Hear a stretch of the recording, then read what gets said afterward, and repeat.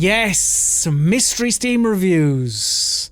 At last. Is the part of the PC Gaming Weekspot where I, Colin Ahern, and he, Matthew Castle, test the knowledge of one another via Steam reviews that are a mystery. And the rules are as follows. We both bring 3 Steam reviews to the MSR arena, but we omit the name of the game associated with each review. Our opponent must correctly guess the game attached to each review. 1 correct answer equals 1 point. While both of us have 90 seconds on each mystery Steam review, we both also have help in the form of 3 lifelines. These lifelines can be used at any stage during battle and also pause the 90-second timer. Each lifeline, however, can only be used once, and they are as follows. Question, where the hot seat haver gets to ask a yes or no question. Second opinion, where a second review is given to the warm chair sitter. And genre, where the genre of the game is revealed to the one with the warm arse. So, this week, Matthew, oh, Jesus, it's going to be a toughie, and I'm not expecting many scores on the board, but we'll see. It was tough last week. I got nothing last week. I mean, look, that was in the past, Matthew. Let's leave the past in the past. Let's focus on this week. But you would like that, wouldn't you? Oh, I mean, listen, if you want to talk about your mistakes about Portal, yeah, exactly. But anyway, yeah, I'm already tired of that conversation, and we haven't even had it. But yeah, this week the theme is games that have got a 60 or lower score on Metacritic. It's as simple as that. Basically, your classic 3-star or lower video games. We don't care about scores on Rock Paper Shotgun except for the next 20 minutes or so. This is the only time we care. Well, I care about the score in Mystery Steam reviews every week, which is why last week I was so upset. Well, let's see if you can hold it. Keep it together this week, Matthew. I always keep it together. Let's have your very first Mystery Steam review. As a fan of the older games, I was satisfied with this one. Protagonist's name was awesome because of violence, nudity, and one-liners. That's it. That's why I enjoyed this game. It really took me back. And that's from The Bearded Dragon. It's recommended 4.7 hours on record, 2.4 hours at time of review. Matthew, your time starts now. So, game which has come back, I mean, that instantly jumps out is Duke Nukem, because of the one-liners. So this would be Duke Nukem Forever, which is a notoriously shit game. I haven't played it, but I remember people saying it had lots of nudity in it, and I can understand, like, they just have the pole dancers, whatever, and the strippers in the original game. So maybe it's that. I mean, that is a bad game. That's a low score. Feels like it could be that. You know what? Listen, I'm just gonna be bold. I'm gonna be brave. I'm gonna say Duke Nukem Forever. Is that your final answer? That's my final answer. I like that. Be positive this week, Matthew. You're a very negative force in general, but this week I want you to be positive. Person.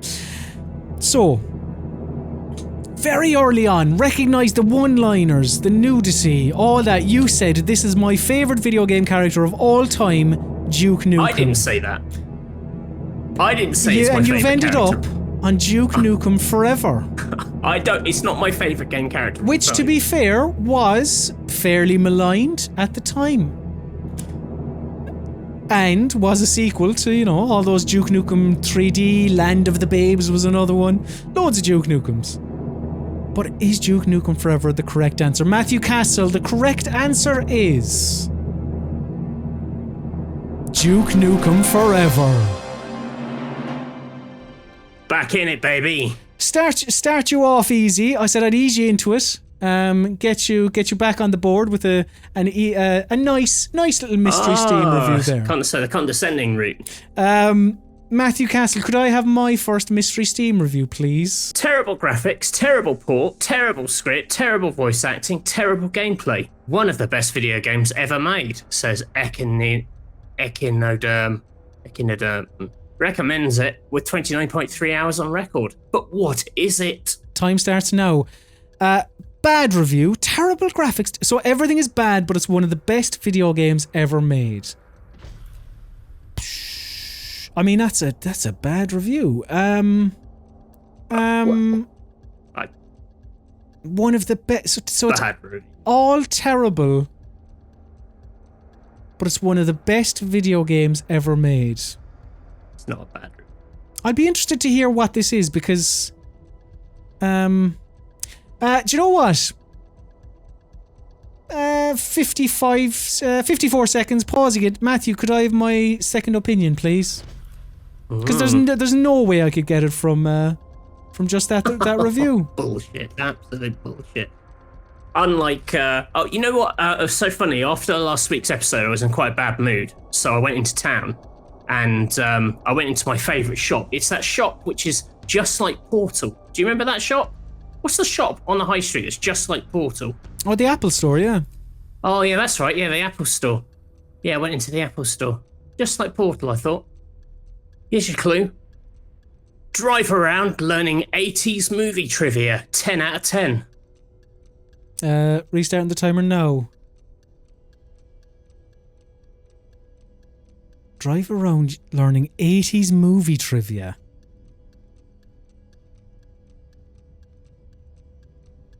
Terrible graphics, terrible ports. Drive around learning 80s movie trivia. Oh, it's obviously not Vice City, and I can't get Vice City out of my head. 80s movie trivia.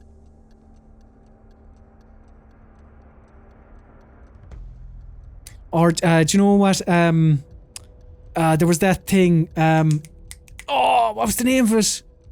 Like, where they had the movie characters, Broforce, but I think that was. I think I might just say Retro City Rampage. Because that may be. I don't think that was a port. Broforce!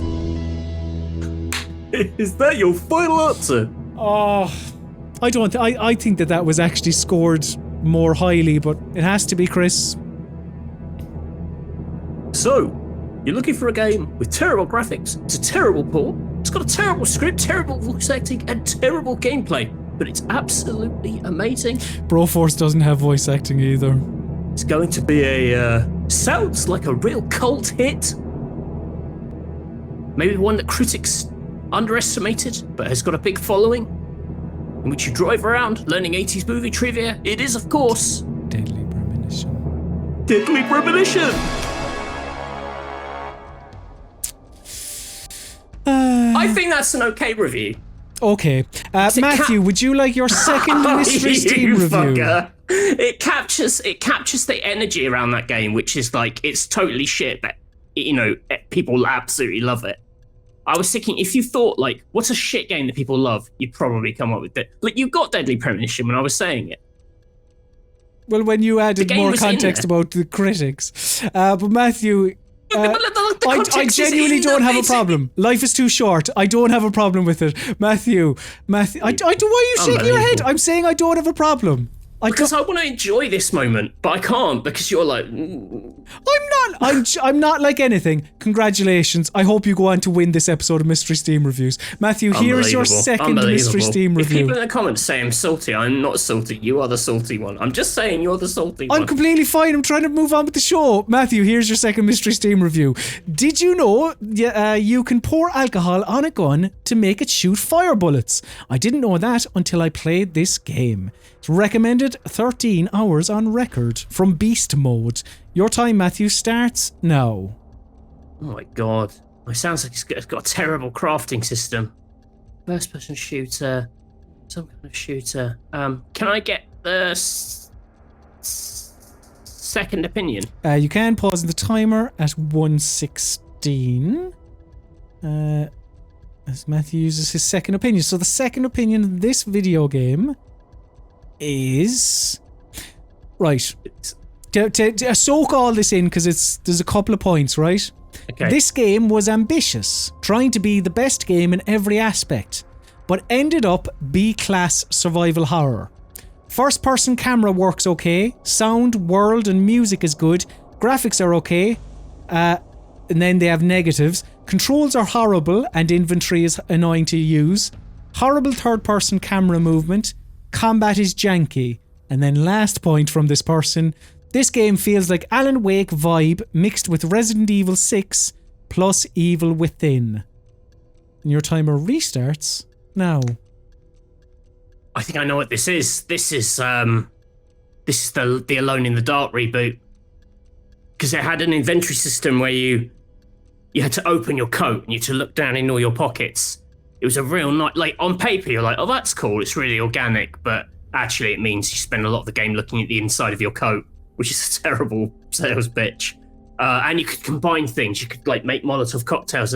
So in theory, you could put booze in a gun. I think it was just called Alone in the Dark, rather than like Alone in the Dark, Illumination or something. I'm going to say Alone in the Dark. Is that your final answer? Yeah, that's my final answer. I enjoy when you start, Matthew, and you kind of end up being Chris. That is my final answer. So, after getting the review, you were thinking first-person shooter, perhaps. But then, that second opinion opened up the avenue of survival horror, and you said, this one is Alone in the Dark. The reboot that they did, which, yeah, it wasn't received all that well. But is it the correct answer, Matthew? The correct answer is Alone in the Dark. Well done. Well done. I was thinking that, see, look, now you're a happy boy, and a happy boy makes me a happy boy. Good reviews. Very true to those games. Oh my, Matthew, could I have my second Mystery Steam review, please? Pros, you can make an original character. Cons, your original character can't get the main character. Pregananant. Habran recommends this with 33.8 hours on record, 21.6 at the time of review. Time starts now. So you can make a character, and your character can't get the main character pregananant. So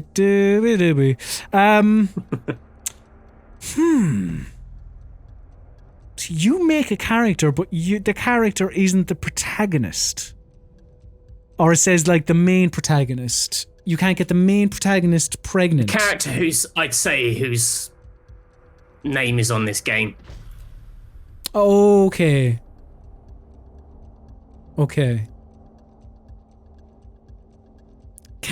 Alright, so it has to be an RPG. Why did you shake your head? Oh, it's tough. Think Deviants. Matthew Castle. This is quite hard, this one.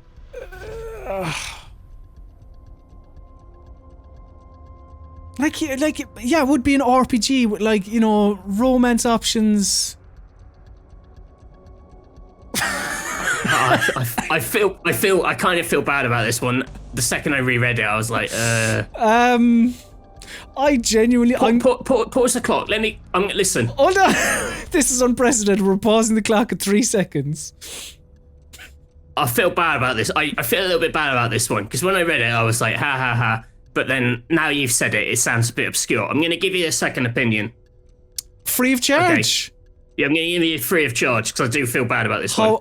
That's very nice. And you only got 3 seconds, but you got, let's say, I'll give you 30 seconds to ponder this one. All right. So the second opinion is hallway simulator with an asthmatic hedgehog. Hallway Sonic Forces. You could create a character in Sonic Forces. I'm going to say Sonic Forces. Yeah, why not? Is that your final answer? That is my final answer. So, in Sonic Forces, you can make an original character. Your original character can't get Sonic pregnant, which is something a deviant would be upset about. But is this a game played by and liked by deviants? It is! It's Sonic Forces! That was very big of you, Matthew. I appreciate. I just felt like when I saw that, I was like, oh, of course, perverted Sonic fans would think like that. But then when you said it, I was like, actually, that's quite a big leap from those words to that. I appreciate so that's that. why I felt bad. That's why I felt bad about it. We're making amends. This is the Mystery Steam reviews I enjoy. I don't like all the tetchy nastiness. I also just wanted to make it clear, like, I thought this was a good place to just say that, you know, just make it clear that people who like Sonic are, you know. Matthew, would you like your third and final Mystery Steam review? There are a surprising number of reviews for Sonic Forces. It must be a meme. Because they're all like, why can't I make Sonic pregnant? Why can't I make Sonic pregnant? Oh, that's a thing. Okay. Then I typed Sonic pregnant into Google. Never type Sonic pregnant into Google. Don't ever do that. Don't ever do that. Matthew, here's your third and final Mystery Steam review. This is a fun game and collectathon.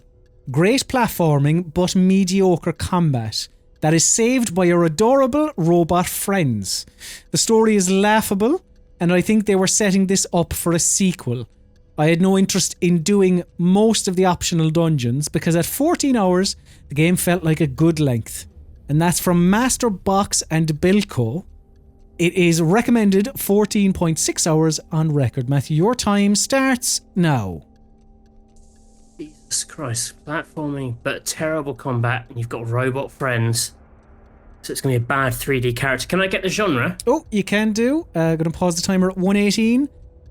You actually have 2 lifelines. So the genre of this is an action, adventure, and platform video game. Okay. Would you like to use your question, or? Is this a Sonic game? Is that your question? Yeah. No. Okay. It is not a Sonic video game. There are a lot of Sonic games in that sub-60 category. So restarting the timer now.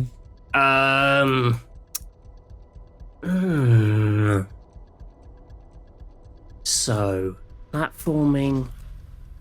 You've got robots. You've got little robot friends. Dungeons as well. That's a weird word for it. It's a game where you can throw you can have robots. Ratchet and Clank, that's not on PC. Also probably scores above 60 because people have no taste. Who's that a burn on? Ratchet and Clank fans, obviously. I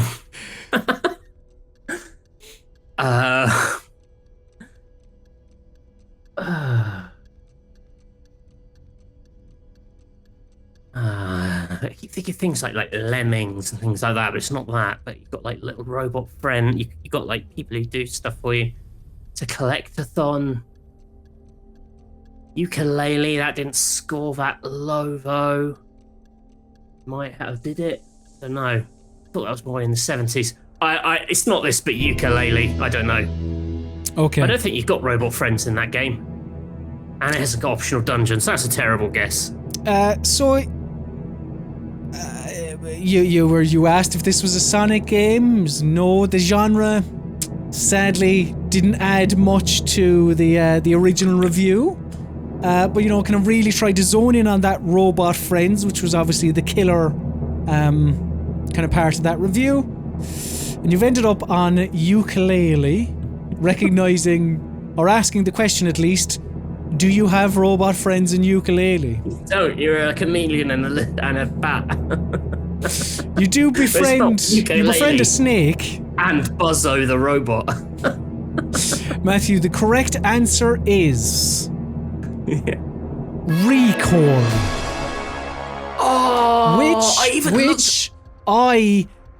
Because I was like, oh, Recore is that a bit, does everyone remember Recore? So I typed into Google Matthew Castle Recore and saw that at some point you had actually, you and Recore, maybe you didn't review it, I don't know, but like your paths had crossed. So I was like, okay. That's very decent of you. I saw Recore when I was doing the list, I thought Recall. I thought, nah, no one's played Recall except me.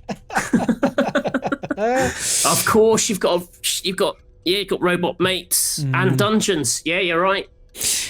Matthew, could I have... Recall was such ass. The worst thing about Recall, it was made by a studio called Armature, who are basically the kind of Mighty core Number 9, creative team wasn't at it? Retro, who made Metroid Prime.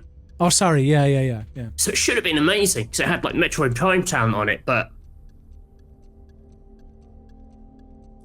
Classic, 6 out of 10. It's worth it only when on sale, unless you're a hardcore, aspiring revolutionary who really wants to be part of a political/militant resistance movement but have too many responsibilities in real life. Then I'd recommend it, says Harmonica. Recommends it, 28.3 hours on record, 13.6 at the time of review. Okay, time starts now. Oh. It's... Oh, a hardcore, aspiring revolutionary... political movement. So this, and I know wrongly, is making me think of like, no Civ game has gotten like 60 or lower.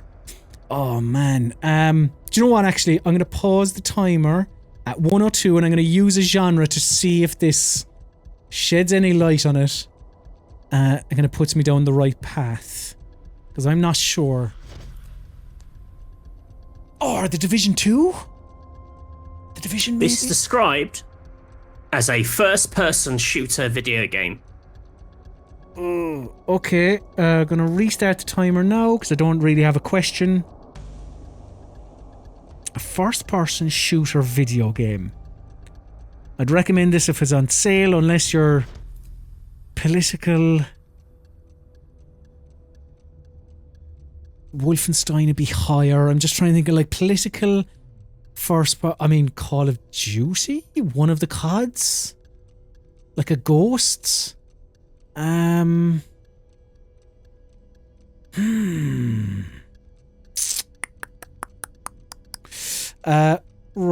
When I can't think of a question, I come up with this one. So I'm going to pause the timer at 24 seconds. Matthew, was this game released in the last 5 years? Let's say. I'm gonna be nice. It was released in May 2016. Okay, thank you. I don't know if May 2016 helps me. 2016.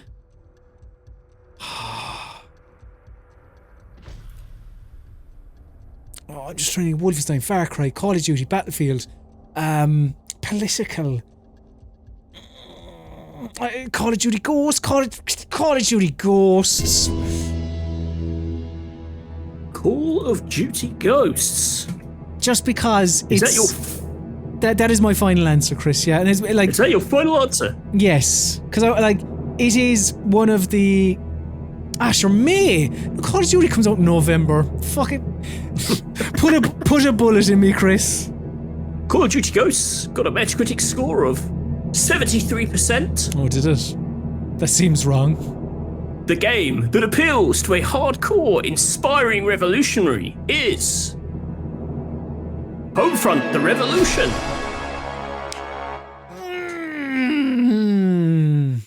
Yeah. It's a very, very forgettable shooter. I would say it has some redeeming qualities, but... Yeah, no, that's very fair. I played the first... Was Homefront: The Revolution the first Homefront or the sequel? No, Homefront: Revolution was the one which is a bit like Far Cry. It was in Philadelphia with the Korean occupation. Yeah. All right, well, I think this Mystery Steam Reviews went off with fewer hitches, a bit of tetchiness at the start, but I think we ironed those out. We earned it out. Oh yeah. I disagree. It's just characterful banter between friends.